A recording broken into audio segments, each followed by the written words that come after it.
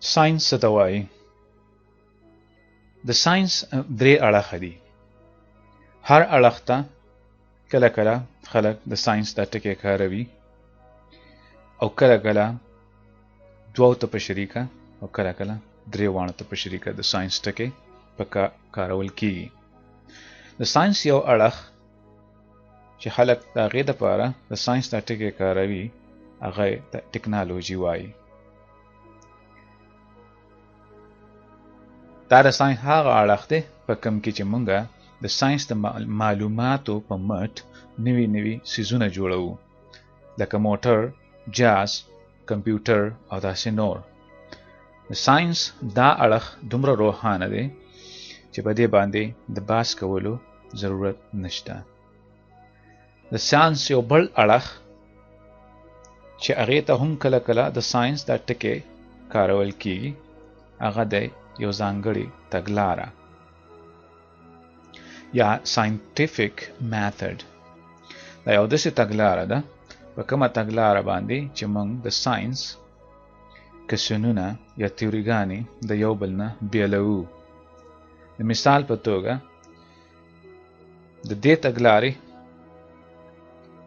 په مټ مونږه د صحیح او غلطو تیوریګانو په منځ کې توپیر کولی شو. د دې تګلارې د منځ ټکی چې کوم دی هغه observations دی یا کتنه ده. هغه تیوري صحیح ده کومه چې د کتنې سره سمون خوري. هغه تیوري غلطه ده کوم چې د observation سره سمې نه خوري.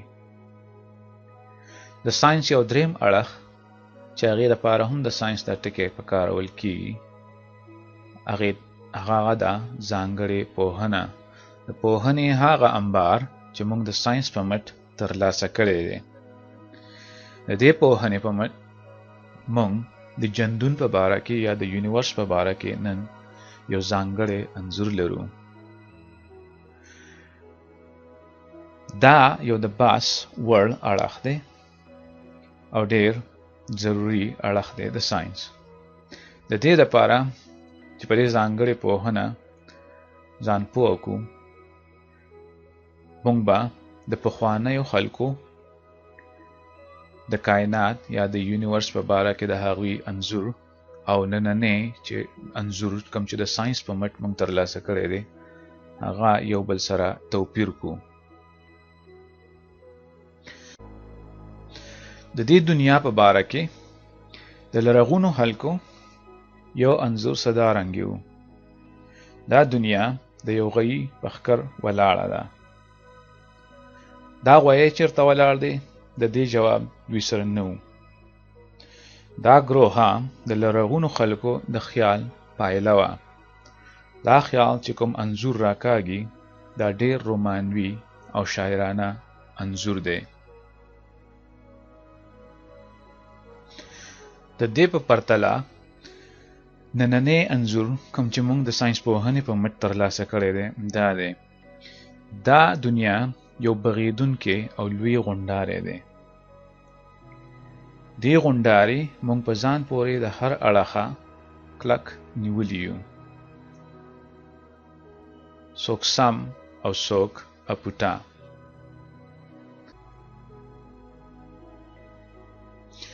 دا غونډارې بیا د اور د یو اژدها غونډارې نه په یوه منډه تاویږي. د اور دغه اژدها غونډارې ته موږ انمر وایو.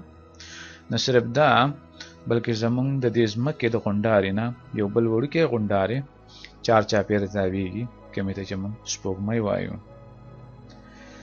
سپوږمۍ او ځمکه په شریکه بیا د نور نه چاپېره تاویږي. هغه څه دي چې مونږ یې په ځمکه پورې سپوږمۍ په ځمکه پورې او بیا دا ټول هر څه په نور پورې داسې کلک نیولي دي.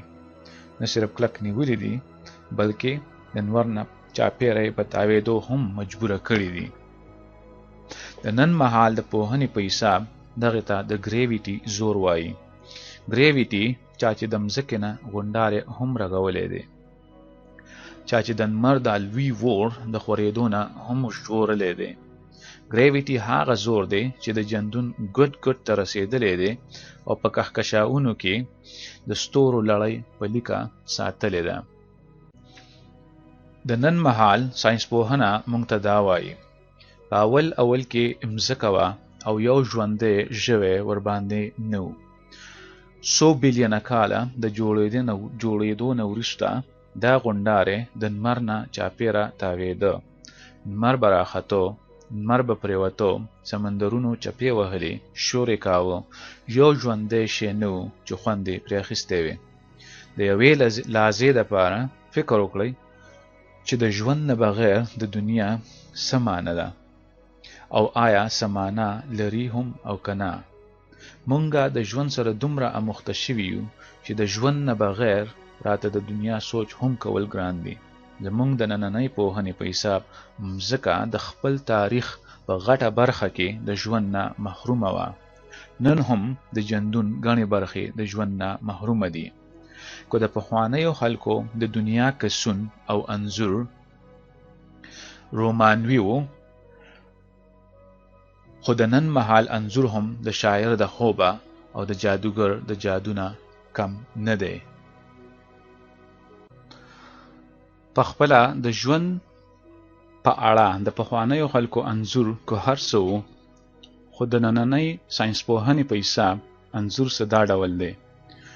ژوندي څیزونه، انسانان، ځناور او بوټي د ټولو د ژوند په شا یو راز دی. دا راز د ایټمونو په کسون کې دی. ایټمونه د یو بل د پاسه په یو بل پورې نښتي د ژوندون هر وجود او هر شی ترې جوړ دی. دا ناقراره ایټمونه یو وخت په قرار نه کیني. د اوبو دا ډک ګیلاس که څه هم موږ ته قرار ښکاري، خو د ایټم په کچه دا یو میله ده، یو غوبل دی. ایټمونه د اوبو نه وځي، ډغرې وهي، هوا ته ځي، واپس ایټمونه اوبو ته ننوځي. یو اتڼ دی، یو نه ستړی کېدونکی او نه ختمېدونکی اتڼ. د نننۍ پوهنې په حساب ټوله دنیا د څه د پاسه 100 ایټمونو نه جوړه ده. مځکه او د مځکې اوسېدونکي ژوندي څیزونه، ستوري او ټول کهکشانونه د یو شان ایټمونو نه جوړ دي. نو انځور څه داسې جوړیږي چې زمونږ په وجود کې چې کوم ایټمونه دي دا خامخا د یو ستوري په بټۍ کې رغېدلي دي. د دې ستوري د چاودنې سره دا ایټمونه د ټول ژوندون په ګوټ کې خواره شوي دي. نن هم په ژوندون کې ستوري رغېږي او بیا د چاودنو په نتیجه کې له منځه ځي. د یو ستوري د چاودنې یوه برخه داسې وه چې 4.5 بیلیونه کاله د بدلون او ایولوشن د میچنې ووته او ژوند ورباندې ساه واخیسته. دغه برخې ته موږ مځکه وایو. پایلې یې دا دي چې نن تاسو ته یو ډېر حیرانوونکی ژوندی څیز لګیا دی. دا خبرې کوي. د ژوندو څیزونو په وجودونو کې او په ټول ژوندون کې د هر څیز په وجود کې دا بېقراره ایټمونه چا یو په بل پورې دومره کلک نیولي دي. برېښنا، د برېښنا زور چې د پلس او ماینس یو راښکونکی زور دی چې زموږ د وجودونو ایټمونه خورېدو ته نه پرېږدي. دا بې خرطو زور ځکه د کابو لاندې دی چې په هر څیز کې د پلس او ماینس تعداد یو برابر دی. د ژوندون او پخپله د ژوندون راز په دغه ایټمونو کې ډوب پروت دی. هره ورځ د ساینس پوهنې په مټ موږ دغه رازونو ته نور هم ورنږدې کیږو.